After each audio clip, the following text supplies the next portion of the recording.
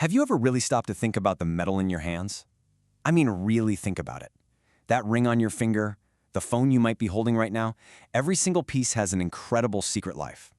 Today, we're going to pull back the curtain and tell that story, from deep inside the earth all the way to you. Right? It's everywhere. We're totally surrounded by it. But it doesn't just appear. The aluminum that makes your phone so light, the steel that holds up entire cities, all of it had to be literally ripped out of the ground and put through this amazing transformation of fire and force. It's a pretty wild ride. So first things first, before we get into the journey, what actually is a metal? Let's meet the main characters of our story here, because to understand what they go through, you got to know what makes them so special in the first place.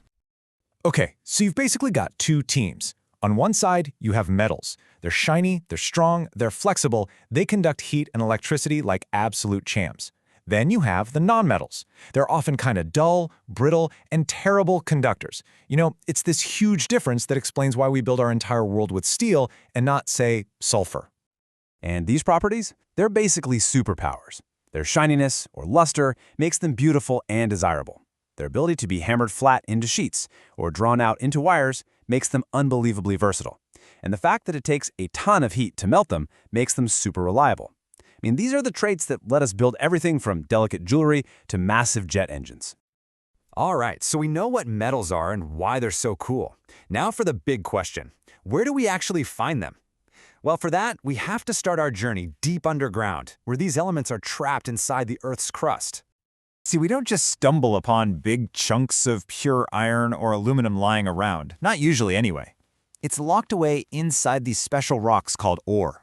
The best way to think about ore is like a treasure chest. The valuable metal is inside, but we've still got to figure out how to get it out. And that treasure is mixed in with a whole lot of, well, junk. Worthless rock, sand, and other stuff that metallurgists have a great name for, gang. So the very first, absolutely crucial step in this whole process is separating the good stuff, the ore, from all that junk. So how do you do that? Well, it's all about concentrating the ore. Sometimes it's pretty simple, like using gravity and water to wash away the lighter gang, kind of like panning for gold. Or if the ore is magnetic, you just use a giant magnet. But my favorite method is froth flotation. Get this, you basically give the crushed up ore a bubble bath with a special oil. The metal particles cling to the oily bubbles and float right up to the top in a froth, leaving all the worthless rock to just sink. How clever is that? Okay, once we've got our concentrated ore, it is time for the main event. This is the really dramatic, high-energy part of the story, where we finally set that pure metal free from the compound it's trapped in. Now, this chart right here is the key to the whole thing. It all comes down to a metal's personality, how reactive it is. Think of the metals at the top, like potassium and aluminum, as the super social butterflies of the periodic table. They'll bond with anything and everything. The ones at the bottom, like gold and silver, they're kind of the loners. And this personality, it tells us exactly how much work we're going to have to do to get them on their own. For those really clingy, super reactive metals, like aluminum, you have to bring out the big guns. And that means electrolysis. You literally melt the ore down and then blast it with a massive electric current to shock the chemical bonds apart and force the pure metal to break free. It's pure brute force. Now for the middle-of-the-road metals, the ones like iron and zinc, it's more of a two-step dance. First, you roast or heat the ore to turn it into something called a metal oxide. Then, and this is the clever part, you heat that with carbon. The carbon basically swoops in and steals the oxygen, leaving the pure metal behind. Simple as that. And finally, we get to the easy ones, the loners. The least reactive metals like copper, silver, and gold, they really don't put up much of a fight. In fact, sometimes you can find them just hanging out in their pure, free state. But for an ore like copper sulfide, a little bit of heat is all it takes to convince it to let go of the sulfur. Easy does it. So we've done all this incredible work. We have a pure, shiny metal. But here's the thing. Nature wants to turn it back into what it was. And so begins this constant, inevitable fight against corrosion, as the metal tries to return to its original, more stable, rocky state. And that's the big question, isn't it? All that effort to get this pure metal is completely wasted if we just let it react with the air and water all around it. So how do we protect our hero from its one big weakness? Now, corrosion isn't just one thing. We all know rust, that reddish-brown enemy of iron. But you know the beautiful green of the Statue of Liberty?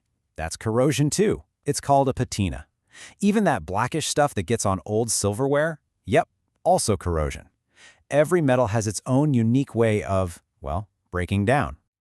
So, how do we win this fight? Well, the simplest way is to put up a barrier, right? Paint, oil, grease. But we can get way smarter. Take galvanizing. We coat steel with a thin layer of zinc.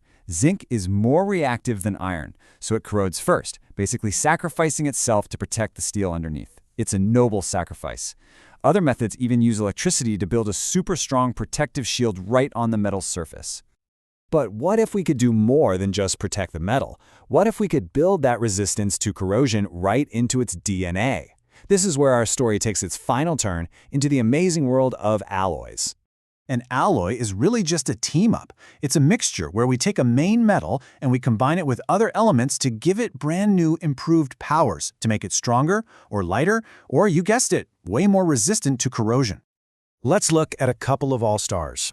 Bronze, the alloy that kicked off a whole new age in human history, is just copper mixed with a little bit of tin. That tiny addition makes it so much harder and tougher.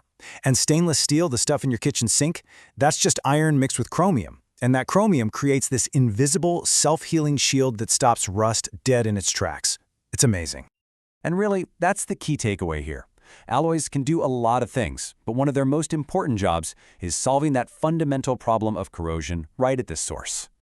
So there you have it. That's the secret life of metals.